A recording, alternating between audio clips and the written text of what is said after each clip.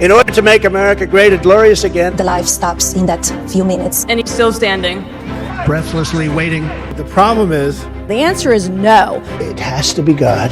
I'm calling you as a father. It's the most important election of our lifetime. Make America great again!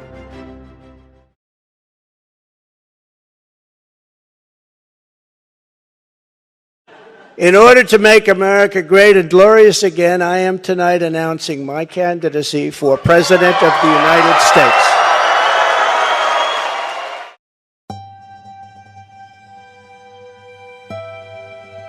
Take a look at what happened.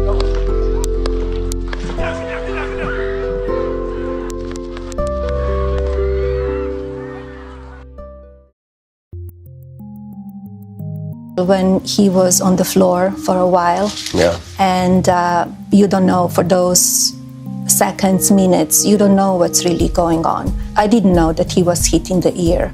It was really frightening, and the life stops in that few minutes. And I know that our team asked many times for more security, and they were denied. They were denied many times, weren't they? Yes. And that's an untold story. It is. It is.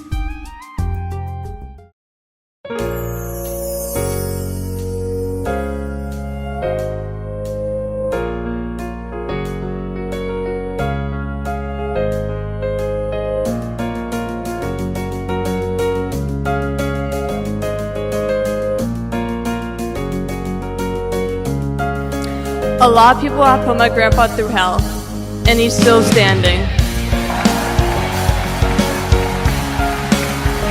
The media makes my grandpa seem like a different person, but I know him for who he is. He's very caring and loving. He truly wants the best for this country, and he will fight every single day to make America great again.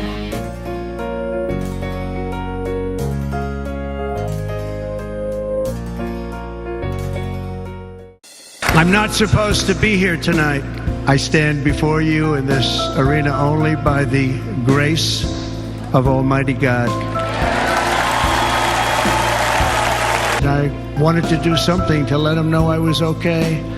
I raised my right arm, looked at the thousands and thousands of people that were breathlessly waiting, and started shouting, "Fight, fight, fight."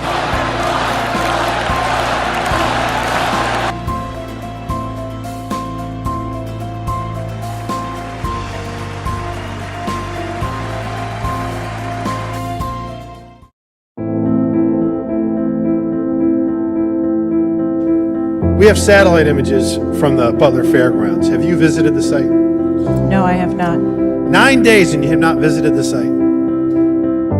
So you said, do you remember in an ABC interview you did that you didn't have people on the roof of the AGR building because you were worried about safety because of the slope? I recall that statement. Okay. The problem is you put your counter snipers on a 312 roof, which is steeper than the 112. And by the way, the 112 is ADA compliant. You can build a ramp for a wheelchair on a 112 roof. Have you provided any of this information that this committee has asked of the Secret Service? Any of it? I'll have to get back to you. The answer is no. We haven't gotten a single document or piece of information or data from you or your agency in related to the rally that we have asked you for.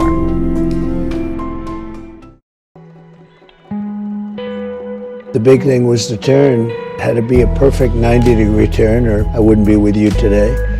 And you know the graph showing my great numbers on immigration at the border, but I only use it about 20% of the time. It's always on my left and it's always at the end of my speeches. And this was the very beginning of the speech. It was on my right. So if you add it all up, it's like millions to one, the odds. It has to be God. I mean, how can you say it's luck when it's 20 million to 1?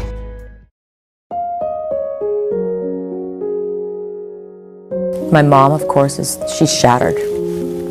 Corey was her only son. He was the baby. You start the day, as soon as you open your eyes, you cry. He called my mom because he wanted to know how she was doing. She's 76 years old. And he said to her, I'm calling you as a father. He meant it. He's so very sorry for what happened. He feels almost a personal responsibility for it. Like you can tell that when he says he's sorry, it's from his heart.